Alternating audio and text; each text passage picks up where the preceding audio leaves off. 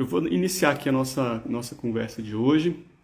Antes da gente começar, vamos orar rapidamente e aí a gente inicia, tá bom? Pai, nós te agradecemos por mais uma noite na tua presença. Nós te louvamos por termos o privilégio de meditar na tua palavra, nas tuas escrituras. Nós pedimos, Espírito Santo, para que o Senhor venha sobre nós e nos capacite. Pedimos pela manifestação do Espírito de sabedoria, de conhecimento, de entendimento nessa noite, para que a gente possa saber aquilo que o Senhor tem para nós. Que o Senhor conduza essa reflexão. Em nome de Jesus, Pai, nós consagramos a Ti esse tempo e Te louvamos. Em nome de Jesus. Amém. Beleza? Vamos começar aqui então. Quem for chegando, vai pegando de onde estiver, tá? Nós estamos caminhando para a nossa reta final dessa nossa primeira jornada, né? Aprendendo os atributos de Deus. Nós estamos vendo aí, já tem umas boas semanas, né? E hoje nós vamos falar de um atributo extremamente importante, que é a graça. E a graça, ela é importante porque se nós não tivermos a correta compreensão, a noção adequada do que é a graça, a gente não vai entender de fato a nova aliança que foi estabelecida por meio de Jesus Cristo, né? Se você quiser, vai fixar o tema, Walter? Eu normalmente não fixo não, mas se alguém quiser escrever aí, eu clico e fixo depois, tá bom? E por que a gente não falou da graça antes, se é um tema tão importante? Justamente porque várias coisas que nós tratamos ao longo dessas últimas semanas vão ser usadas como base para que a gente possa entender melhor o que é a graça de Deus, né? Não que se alguém tiver perdido as semanas anteriores não consiga entender o que a gente vai falar, né? Mas é claro, se você tiver visto o que a gente falou aí para trás, vai ser mais fácil. Deixa eu fixar aqui o comentário, então. Fixar, pronto. Tá? Fixado aí, beleza? Se eu perguntar para você o que é graça, o que você responde? Dessa vez eu vou pedir para você colocar no comentário aí. Pode colocar em pouquíssimas palavras. Se quiser botar em 2, 3, 4, 5 palavras, pode colocar. E enquanto você vai escrevendo o que é graça, eu vou contar uma história que aconteceu nessa semana que passou, né? A gente estava de mudança para um apartamento novo. E aí, quando eu fui ligar a televisão, a TV não estava pegando o Wi-Fi, né? Ela aparecia lá que estava com erro para identificar. E eu não consegui ver nada na TV, porque a gente não tem TV a cabo, a gente não tem TV aberta, né? A gente normalmente assiste aí esses streaming, né? E aí a gente ficou sem ter o que assistir por alguns dias, até que eu decidi entrar no YouTube, ver como é que fazia, vi que tinha que abrir a televisão, mexer em umas pecinhas. Acabei fazendo isso, deu certo. No dia seguinte ao que eu abri a televisão, eu estou fuçando meu celular, esse que eu estou usando, eu estava procurando o celular, mas eu estou usando para gravar aqui, né? Então, esse que eu estou usando aí para fazer a live. E eu cliquei num botão e eu descobri que ele espelhava na tela da televisão aquilo que estava no meu celular. Ou seja, se eu tivesse simplesmente acessado esse recurso nos dias em que eu não tinha arrumado a televisão, eu tinha conseguido usar. Eu não consegui usar justamente porque eu não conhecia. E da mesma forma, com certeza, acontece com vários outros recursos, né? Porque hoje em dia os aparelhos eles permitem fazer muita coisa, mas como a gente não conhece quase nada, a gente se limita a usar YouTube, WhatsApp, tirar uma foto, coisa assim, né? Por que eu estou contando essa história aqui? Porque quando a gente fala da graça de Deus, tem muitos que estão fazendo a mesma coisa. Muitos estão deixando de desfrutar tudo aquilo que a graça de Deus coloca à nossa disposição, na condição de filhos de Deus, né? Por não ter a correta compreensão do que é a graça de Deus, né? Olha só, aqui nós vemos favor imerecido pela Ingrid, nós vemos favor imerecido do Josh também, favor de Deus sobre nós, da Esther. Ou seja, era justamente a frase que eu achava que ia aparecer aqui do que é a definição de graça. Quando a gente fala o que é graça, a maioria das pessoas fala de cara favor imerecido. E tá corretíssimo, né? Se a gente vai lá em Efésios, vamos lá, Efésios 2, de 8 a 9, Fala assim: porque pela graça sois salvos por meio da fé. Isso não vem de vós, é dom de Deus. Não vem das obras para que ninguém se glorie. Ou seja, somente pela graça de Deus que nós somos salvos, né? Nós merecemos a condenação, mas nós somos justificados do nosso pecado e pela fé nós somos salvos, né? A gente falou de justificação na semana passada, no finalzinho da nossa meditação, e a gente viu justamente que justificação é o contrário, é o oposto de condenação, né? Por meio da justificação, o Senhor então nos considera justos, apesar de toda a nossa culpa. Ele remove essa culpa porque ele imputa a Cristo essa culpa, né? E aí, por conta disso, nós então somos salvos. Não por mérito, mas pela graça de Deus, que isso opera através da fé em Cristo Jesus, né? Então, de fato, a graça, a salvação, ela é fruto exclusivo da graça, e a graça é um favor imerecido de Deus. Perfeito. Mas, se a gente somente entende a graça como esse favor imerecido, nós não vamos ficar com toda a verdade, nós vamos ficar com uma parte da verdade. E você vai perder muita coisa que é crucial para a nossa caminhada cristã. E é isso que eu quero que fique muito claro aqui nessa noite, tá? Porque olha só, quando a gente fala de justificação, a gente está falando o quê? Do quê? O que a Bíblia fala? Que estreita é a porta e estreito é o caminho que levam para a salvação, correto? Justificação diz respeito ao quê? Porta ou caminho? Porta. A justificação, ela fala da porta de entrada, que nos leva à salvação. Mas depois que a gente é justificado, a gente tem que passar por esse caminho. E agora a gente não está mais falando de justificação. A gente está falando de santificação, que é esse processo. Vocês estão entendendo até agora? Tá tudo claro? Então, santificação é o processo que a gente deve andar, pelo qual a gente deve passar, para que a gente alcance a salvação. E a palavra fala que esse caminho, ele também é estreito, né? Então, essa forma de viver, ela tem que ser santa. Lá no Antigo Testamento, a gente vê em Levítico, Deus falando por meio de Moisés, sede santo, porque eu sou santo. No Novo Testamento, essa mesma ordenança ela é repetida em 1 Pedro. Né? Tá lá em 1 Pedro, deixa eu procurar aqui. 1 Pedro 1,15. Né? Então o apóstolo ele repete a mesma coisa, a mesma ordem que foi dada, né? O mesmo comando que foi dado lá atrás. Ó. Mas como é santo aquele que vos chamou, sede vós também santos em toda a vossa maneira de viver. Se alguém aqui não ouviu as nossas conversas anteriores, principalmente aquela em que a gente falou de santificação, de santidade, pode pensar assim, isso aí é impossível, esse é um mandamento que não é factível, né? Não tem como ser santo. Como é que eu vou ser santo? Pô, isso aí foi só da boca para fora. Pois é, né? Como nós já vimos, a palavra de Deus ela não mente. E a santidade, ele é um atributo comunicável ou incomunicável? Ele é um atributo comunicável, que significa que Deus compartilhou com as criaturas. Então nós podemos também manifestar a santidade, né? Claro que não na mesma proporção que Deus, mas nós podemos manifestar a santidade, né? Então como é isso? Novamente, eu estou reforçando muita coisa que a gente já falou nas meditações anteriores, né? Para que isso fique bem firme na mente de vocês. O segredo está no significado da palavra santidade, né? Muitos associam santidade somente à pureza moral, mas a santidade ela vai além da pureza moral. O principal significado de santidade na Bíblia é separação. Aquilo que é santo é separado. Ele não faz parte do mesmo grupo dos demais, né? Ele está separado, tá? Então essa que é a ideia. Então quando Jesus fala, sede santo porque eu sou santo, ele está falando o seguinte, a minha forma de pensar não é como a sua. A minha forma de falar não é como a sua. A minha forma de agir não é como a sua, porque eu sou separado. E o que ele faz? Ele ordena para que você seja santo também, porque ele te chama para subir para esse mesmo nível dele, para que você também seja separado do mundo, tá?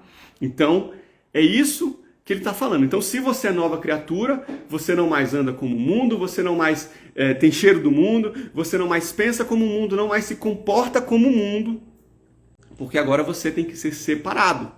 Esse é o processo de santificação, tá? Esse é o caminho estreito. E se você não está vivendo isso, você não está andando por esse caminho estreito e você não está arrumando para a salvação. É preto no branco, desse jeito, é simples assim, tá? Entrou um besouro aqui, a minha esposa saiu correndo do meu lado. Daqui a pouco ele aparece aí, ele tá voando aqui perto. Enfim. Aí alguém pode pensar assim, mas espera, quando a gente vai lá para João, nós lemos em João 1,17 que a lei foi dada por Moisés, a graça e a verdade vieram por Jesus Cristo, certo? Aí a pessoa pode pensar, poxa, eu imaginava que com a nova aliança as coisas fossem ficar mais fáceis. Porque agora nós não estamos mais debaixo do peso da lei, do jugo da lei. Então agora eu não tenho mais que me preocupar com isso. Alguém já ouviu isso em algum lugar? Ou será que já pensou dessa forma?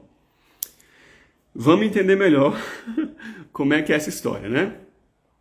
Na cabeça de muitos, com a lei é que as coisas eram rigorosas, né? Mas com a vida de Jesus, com a vinda do Messias, com a graça, a lei foi abolida e agora a gente pode descansar, curtir adoidado, né? Porque Jesus perdoou tudo e virou um libera geral. Tá certo isso? Não, está errado. Está totalmente errado, né? Se fosse assim, Deus teria de fazer o quê? De negar um dos seus atributos fundamentais, que é a justiça, que a gente viu na semana passada, né? E não só isso, mas ele teria que premiar a iniquidade.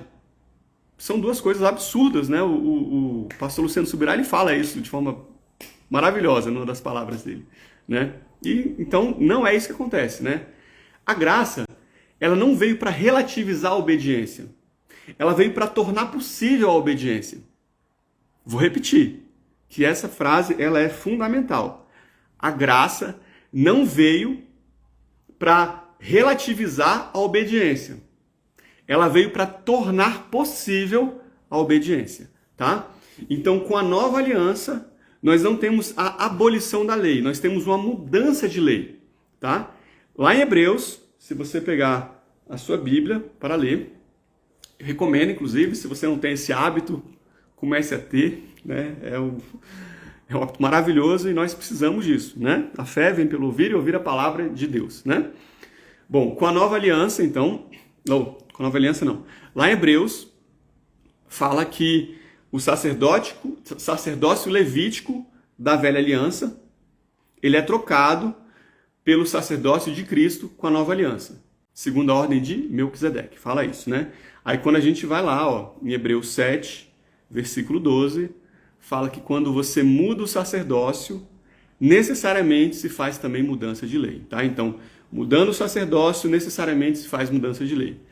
Então, Hebreus fala, sacerdócio levítico foi substituído pelo sacerdócio de Cristo. E Hebreus também fala que mudando o sacerdócio, nós temos mudança de lei, tá? Então, o que nós temos é que aquela lei que regia a antiga aliança, ela dá lugar a uma nova lei, que agora é estabelecida por Jesus Cristo, tá bom? Mas essa nova lei, ela não revoga a lei anterior. Jesus, quando deu essa nova lei, ele não revogou a anterior. Quando a gente vai novamente na Bíblia, e nós vamos usar muito a Bíblia hoje, né? Porque esse é um tema extremamente sensível, importante para a gente ter a noção exata. Quando a gente vai lá em Mateus 5, olha o que Jesus falou. Não cuideis que vim destruir a lei ou os profetas. Eu não vim abrogar, mas cumprir a lei. Porque em verdade vos digo que até que o céu e a terra passem, nenhum jota, nem um tio jamais passará sem que tudo seja cumprido. Bom, como é que é isso então? Teve um novo sacerdócio, quando tem um novo sacerdócio tem mudança de lei, mas Jesus vem e fala que ele não veio para abrogar a lei, mas para cumprir. Então, como é que houve essa... Que mudança de lei foi essa? O que aconteceu é que com Jesus a lei mudou de nível, tá? Ah, mudou de nível? Como assim? Ela ficou mais branda? Eu vou deixar que você responda como é que foi essa mudança de nível. E muita coisa vai ficar clara a partir de agora, né? Vamos lá para o Sermão do Monte. No Sermão do Monte, em 6 ocasiões, Jesus vira e fala: vocês ouviram o que foi dito aos antigos. Eu, porém, vos digo. Ou seja, você sabe o que foi dito lá na velha aliança, lá no antigo sacerdócio, na lei que foi dada por Deus, né, e foi escrita por Moisés. Mas eu agora estou falando um novo mandamento, um novo comando, com base na nova aliança, né? Vamos ver aqui quais foram alguns desses comandos. Ó, Mateus 5, 21 e 22. Ouviste que foi dito aos antigos: não matarás, mas qualquer que matar será réu de juízo. Eu, porém, vos digo que qualquer que sem motivo se encolerizar contra seu irmão será réu de juízo. Mateus 5, 27 e 28. Ouviste que foi dito aos antigos: não cometerás adultério. Eu, porém, vos digo que qualquer que atentar numa mulher para cobiçar, já em seu coração cometeu adultério. Ou seja, se você olhou para a mulher e desejou, adultério. Mateus 5, 43 e 44. Ouviste que foi dito: amarás o teu próximo e odiarás teu inimigo. Ou seja, está na lei. A lei mandava amar o próximo e odiar o inimigo. Agora Jesus, na nova aliança, fala: amai vossos inimigos, bendizei os que vos maldizem, fazei bem aos que vos odeiam, e orai pelos que vos maltratam e vos perseguem, para que sejais filhos do vosso Pai que estás no céu. E aí, você acha que com a nova aliança o critério subiu ou desceu? O que você acha? Eles não vão conseguir responder. O comentário do Instagram bugou.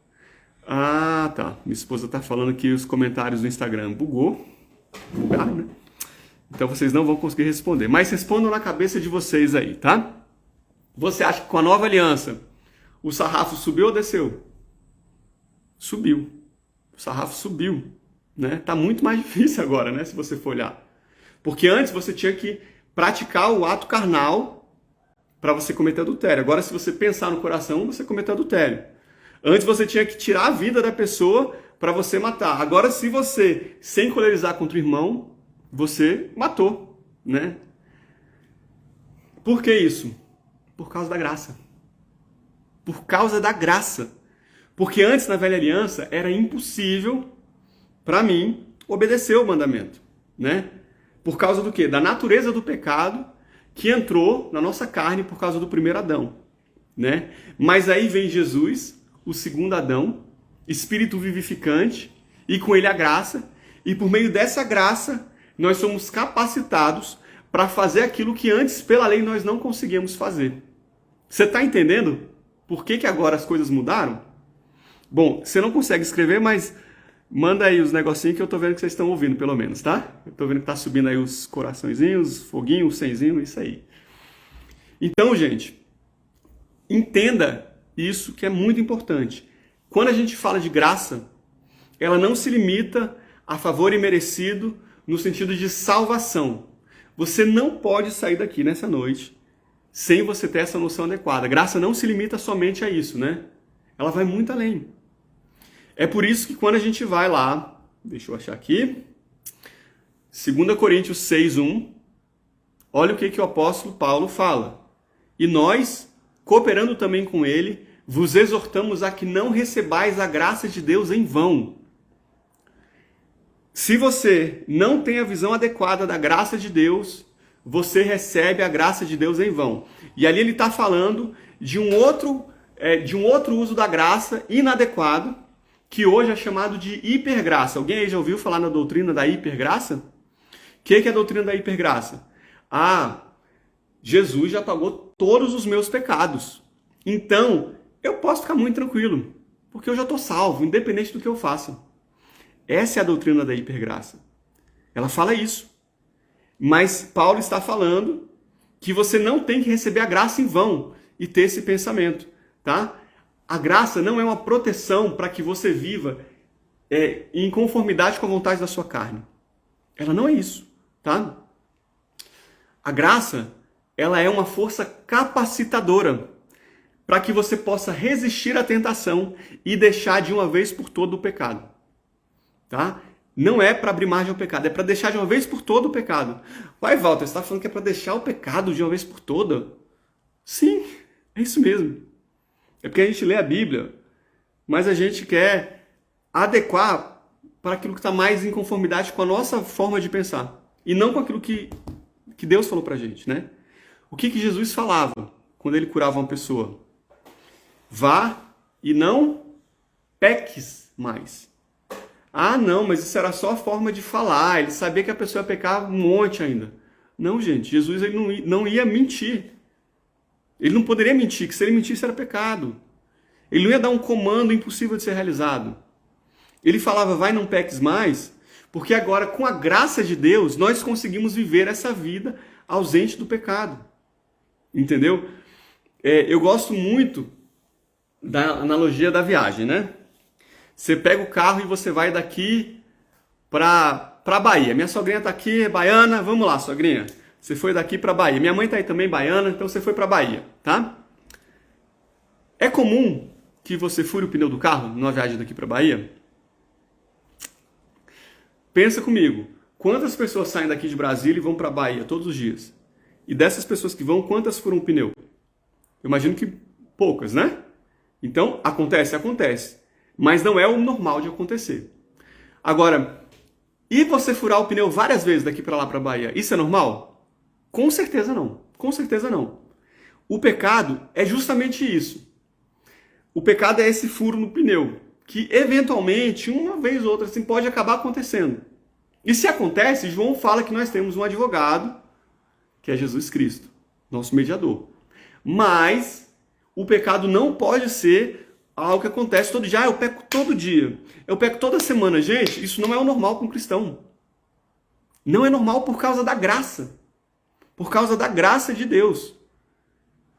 Então, se a gente não entende isso, aliás, quando a gente entende isso, a gente vê que absurdo que é quando a gente olha para dentro da igreja e a gente vê líderes que estão envolvidos em escândalos, pastores e padres envolvidos em escândalo, em corrupção, em práticas imorais. Quando a gente olha para pessoas que estão lá na igreja, que se dizem irmãos em Cristo, mas têm uma vida de promiscuidade, mas têm uma vida de adultério, que se veste de forma sensual para seduzir as pessoas. Porque essa não é a vida que a gente deveria ter. Porque nós recebemos a graça de Deus. Tá? A palavra ela é muito clara quando ela fala que nós não devemos parecer com o mundo. E ela fala isso justamente por causa da graça. A graça agora nos capacita a não parecermos com o mundo. Né? Quando a gente vai lá, ó, vamos aqui. Efésios 4,17 fala assim: e digo isso e testifico no Senhor, para que não andeis mais como andam também os outros gentios, na vaidade da carne, na vaidade da mente. Romanos 11, 1, 2. Rogo-vos, pois, irmãos, pela compaixão de Deus, que apresenteis o vosso corpo como sacrifício vivo, santo e agradável a Deus, que é o vosso culto racional. E não sedes conformados com este mundo, mas sedes transformados pela renovação do vosso entendimento, para que experimenteis qual seja a boa, perfeita e agradável vontade de Deus. Né? Quantas vezes a gente vê uma pessoa viver uma vida aí desregrada e justificar falando: Deus conhece o meu coração. Você já ouviu isso alguma vez? Alguém justificar dessa forma? Ah, não tem problema, porque Deus conhece meu coração. Eu vou pedir para você pegar uma Bíblia agora, tá? Pega a Bíblia aí. Se você tiver uma Bíblia física, pega aí. Eu vou falar para você uma coisa que eu ouvi numa mensagem do John Bevere, que foi muito interessante. Corre aí rapidinho para você pegar a Bíblia. Eu vou usar aqui uma versão Almeida Revista e Corrigida. Claro que isso que eu vou mostrar vai depender da versão que você está usando, né? Eu estou até com a outra aqui, que é a Nova Almeida Atualizada, mas essa tem uma palavra um pouquinho diferente, então eu vou usar essa aqui, tá? Lá na Bíblia, a gente vai abrir em Apocalipse, e logo no início do Apocalipse, a gente vê Deus falando com as 7 igrejas, né? E quando ele está falando com as 7 igrejas, isso vale ainda para os dias de hoje, tá? Isso é direcionado para a igreja de Cristo de hoje, não é só para aquela igreja que estava lá, não. Senão não estava aqui na palavra de Deus, tá?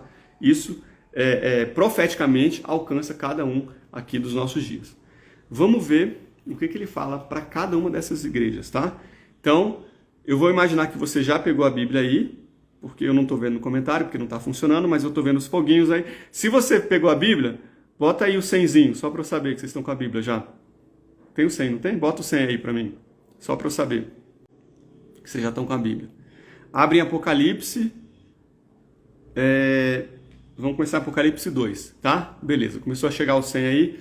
Apocalipse 2, versículo 2, Igreja de Éfeso. Eu sei as tuas...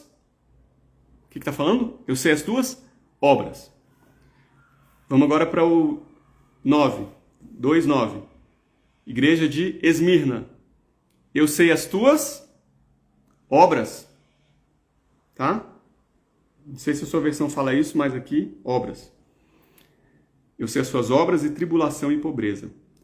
Terceira carta, né? Igreja de Pérgamo. Versículo 13.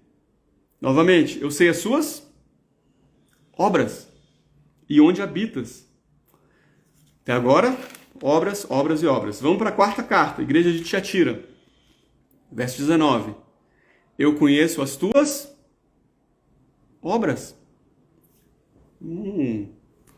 Será que vai continuar assim até o final? Vamos agora para a quinta carta, né? Igreja de Sardes. Está lá no 3:1.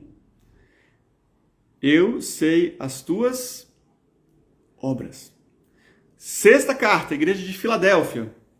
Versículo 8. Eu sei as tuas obras. Gente, será que a última também vai ser assim? Sétima carta, Igreja de Laodiceia. Verso 15, né? 3:15. Eu sei as tuas obras. Gente, quem está falando aqui é Jesus, tá? Paulo, ele está atuando como um escriba, escrevendo aquilo que Jesus falou. Jesus falou para 7 igrejas, eu sei as suas obras. Ele não falou, eu sei o seu coração. Por que isso? Por quê? Se você pegar uma laranjeira aí, e você quiser saber se aquele pé de laranja é bom ou ruim, você precisa fazer um furo na laranjeira e chegar até a raiz para saber se é boa? Precisa? Não. O que você tem que fazer? Arrancar um fruto. Você tem que arrancar um fruto e comer o fruto, comer uma laranja. Porque aí você conhece se é bom ou ruim. É por isso que Jesus não falou, eu conheço seu coração. Ele falou, eu conheço as suas obras. É por isso que Jesus, lá em Mateus 7, agora Jesus, o verbo encarnado, quando estava aqui andando, ele fala, portanto, pelos seus frutos conhecereis. Nós já falamos desse versículo antes, né? Mas olha como está dando uma outra roupagem para ele. Portanto, pelos seus frutos conhecereis. Nem todo que me diz Senhor, Senhor, herdará o reino dos céus, mas apenas aquele que faz a vontade do meu Pai. Então a pessoa vai para o mundo, ou vai para a igreja, põe a camisa lá, falando Jesus é 10, mas quando você vai ver os frutos que ela produz aí, não condizem. É isso que está acontecendo. Então quando a pessoa fala somente Deus, Deus conhece meu coração. Meu amado, Deus conhece seu coração. Mas olha aqui, as obras sendo usadas. Olha as obras sendo usadas. Porque as obras refletem o que está no seu coração. Então não adianta você falar que Deus conhece seu coração, mas você não pratica as obras condizentes com isso. Porque agora você tem condição de praticar essas obras. Por quê? Fala comigo? Graça. Graça. Pela graça, né?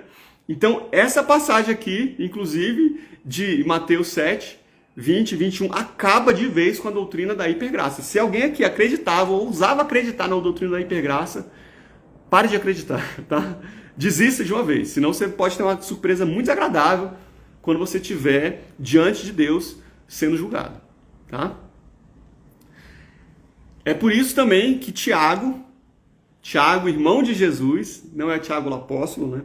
Tiago que escreveu lá, a carta de Tiago, fala em Tiago 2:24, somos justificados pelas obras e não somente pela fé.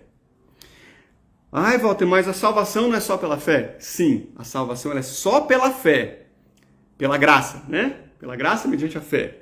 Mas, lembrando que é a justificação, né? A fé diz respeito, a graça diz respeito à justificação, salvação, e aí depois você tem que ter as obras condizentes, que é o processo de santificação. Então, se você não tem uma vida santificada, você não tem a justificação lá no começo. É por isso que ele fala, somos justificados pelas obras e não somente pela fé. Entendeu? A salvação vem só pela fé, mas você tem que ter os frutos correspondentes, né? Então, muitos acham que a graça só tem relação com essa porta de entrada para o reino dos céus. Mas ela não é só isso. Ela é o poder de Deus. É o poder de Deus para que você possa ter essa vida santa, separada do mundo. Tá entendendo? É esse poder que nós estamos deixando de usar. Você está usando seu celular só para entrar no WhatsApp. Seu celular é uma máquina, é um iPhone de última geração, é um Galaxy 2010, 22 que faz um monte de coisa. Você usa só para entrar no WhatsApp e ver um videozinho no YouTube. E ver a live aqui, né? Oh, glória a Deus, pelo menos a live você está vendo. Mas ele permite muito mais coisas. E até hoje você estava usando a graça só para falar: a graça é o favor imerecido, eu fui salvo pela graça, mas eu vou continuar pecando. Não, meu amado, pela graça você agora pode deixar de lado essa vida de pecado e viver uma vida de santidade, de santificação.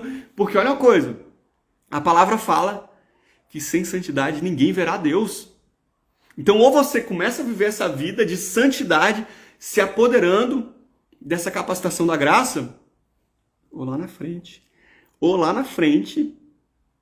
corre o risco de não ver Deus, de não ter a salvação, de perder a salvação. Tá? A graça, ela não vem para nos libertar da lei.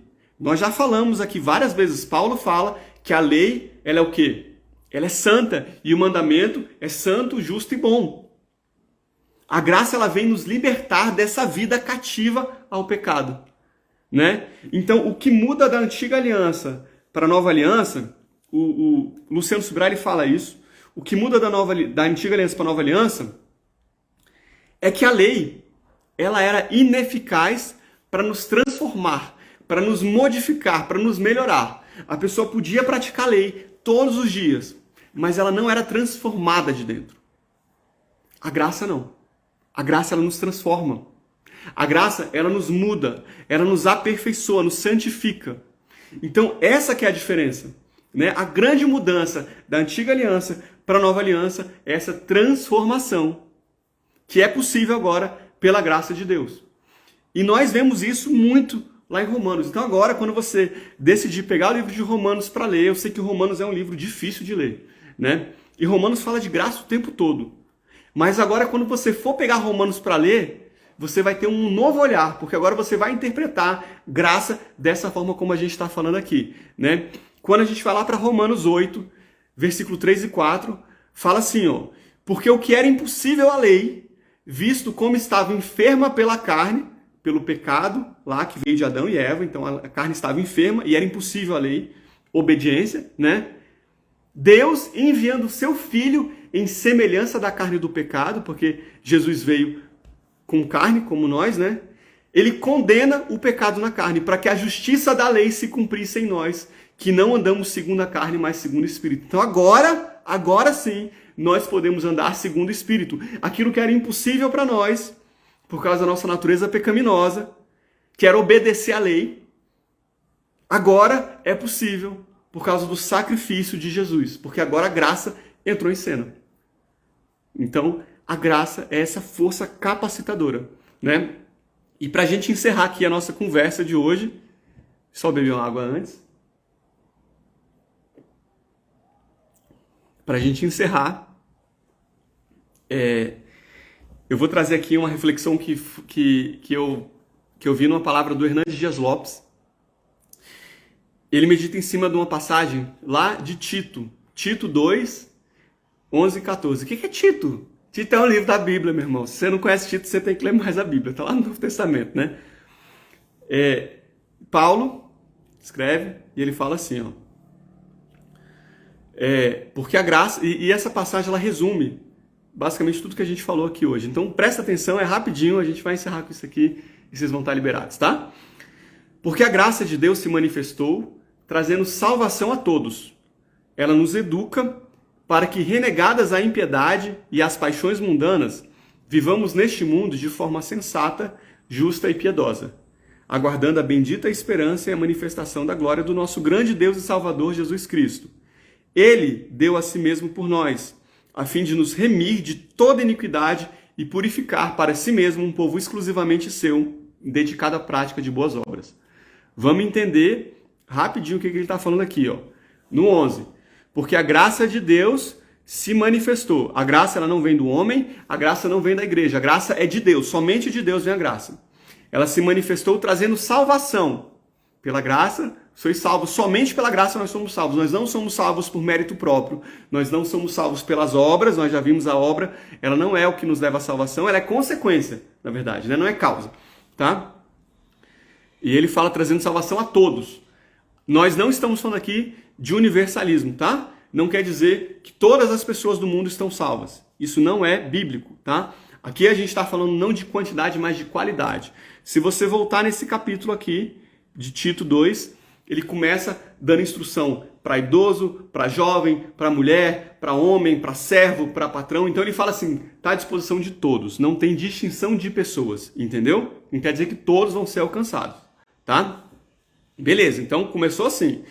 Porque a graça de Deus se manifestou trazendo salvação a todos. Aí no 12.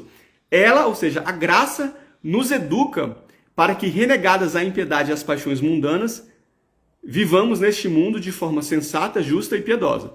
Então ela nos educa para duas coisas, né? Para nos afastar do mal, ou seja, afastar da impiedade das paixões mundanas e para nos aproximar do bem, para viver no mundo de forma sensata, justa e piedosa. Quando a gente fala aqui renegar impiedade e paixões mundanas, impiedade diz respeito à relação vertical, você com Deus, tá? Paixões mundanas diz respeito à relação horizontal, tá? Nós aqui no mundo, tá bom? Então, o que acontece? Primeiro, o homem é ímpio. Depois, o homem é perverso. Perversão diz respeito a justamente essas paixões mundanas, tá? Então, primeiro ele crê em algo errado, ele tem a fé em algo errado, ele tem a doutrina errada, depois ele tem a vida errada, tá? Vocês estão entendendo? Lá em Romanos, se a gente ler Romanos 1,18, fala que a ira de Deus se manifesta contra toda impiedade e perversão. Impiedade, vertical, perversão. Então começa no vertical, começa com a noção errada de quem é Deus, do que ele gosta, do que ele se agrada, de quem ele é, e termina na prática errada horizontalmente falando também, tá? Por isso que nós começamos essas meditações aqui nas quartas-feiras falando dos atributos de Deus, para a gente conhecer Deus de forma que ele realmente é, para ter a noção exata dessa relação vertical, tá? Então, beleza, ele falou isso, né? A graça me capacita para me livrar de falsa doutrina, relação vertical, e para não cair nas paixões mundanas. Mas a graça também me capacita para praticar o bem, né? Então ele fala aqui, viver de forma sensata, justa e santa. E cada uma dessas palavras tem um alcance diferente, tá? O que é cada um deles? Quando eu falo vida sensata, relacionamento comigo mesmo, tá? Domínio próprio, autocontrole, moderação, né? Então, se alguém aqui justificava um erro falando, ah, não, eu sou assim, mas eu sou assim porque eu fui criado assim. Não, eu sou assim porque eu nasci assim, né? Espírito de Gabriela, né? Eu nasci assim, eu vivi assim, vou crescer, vou morrer assim, uma coisa assim, né? Pois é. Isso não está adequado com a palavra de Deus. Porque no momento em que você recebeu a graça te capacita, te educa para você ter o relacionamento correto consigo mesmo, tá? Então isso que é viver de forma sensata. Viver de forma justa diz respeito à minha forma de viver com os outros, meus relacionamentos, né? Viver de forma adequada, de forma correta com as outras pessoas. E viver de forma piedosa diz respeito novamente à minha relação com Deus, tá? Para ter confiança em Deus, para ter obediência a Deus. Então é isso que está falando aqui nesse verso, né? No versículo 12. Aí nós vamos para o 14, para a gente fechar aqui esse trecho.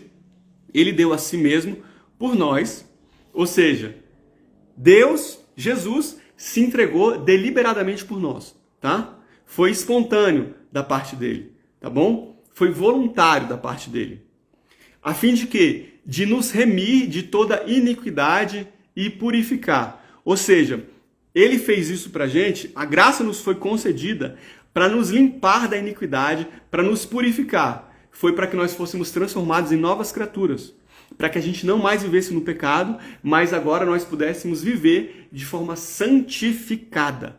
É isso que está falando aqui, tá? E o final, para si mesmos um povo exclusivo seu, dedicado à prática de boas obras. Nós já falamos, as obras não são causa da salvação, mas são evidência da salvação.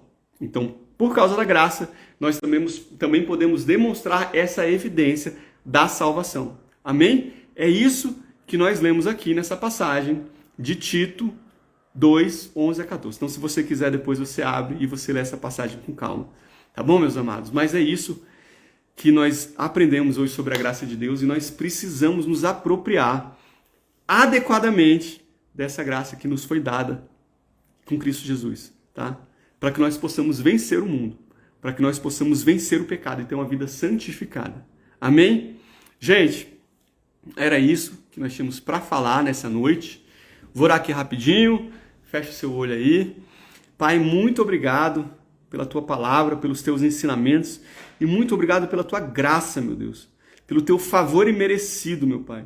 Pela graça nós somos salvos, nós não merecemos, mas o Senhor nos justificou, meu Deus. E nós te agradecemos porque a sua graça ela foi muito além disso. Ela não apenas nos deu a salvação, o acesso à porta de entrada, mas ela também nos capacita para andar, para caminhar nesse caminho estreito que nos conduz à salvação, nesse processo de santificação.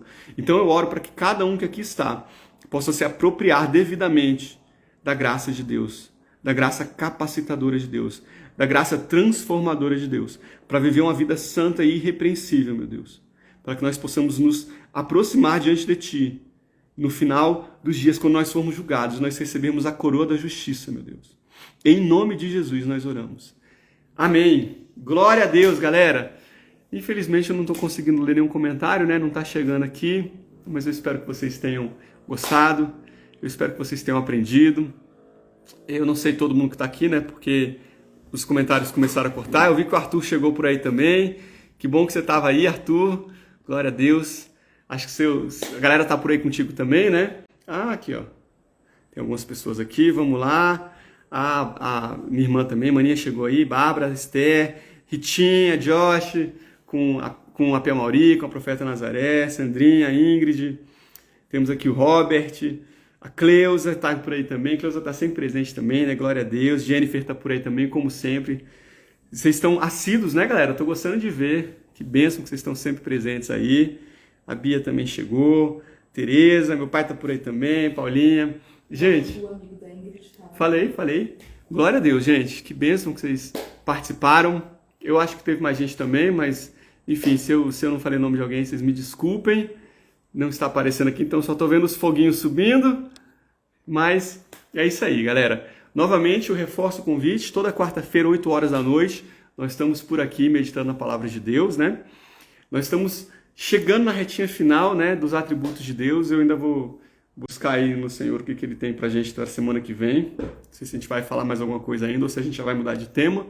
Mas, com certeza, o Espírito Santo tem algo novo a nos revelar, né? Como Ele sempre tem. E eu, novamente, vou sugerir para que você não deixe de meditar na palavra de Deus, não deixe de ler as Escrituras, de ter o seu tempo de aprendizado na palavra, né? E quando você for ler, ora para que o Senhor te capacite, para que você lê as Escrituras inspirada por Deus, né? Inspirada pelo Espírito Santo, que é Ele que nos revela. Amém? É isso, gente. Qualquer coisa, se tiver ficado alguma dúvida aí, né? Como você não conseguiu botar aqui nos comentários, você pode mandar aí no privado, né? Ou então bota o comentário, essa live ela vai ficar gravada aí, daqui uns 2 minutinhos ela já está disponível no feed, você pode deixar seu comentário lá também, tá bom? Que eu vejo, diz o que você achou também, enfim, tá bom? É isso, beijo no coração de vocês, fiquem com Deus e até a próxima semana.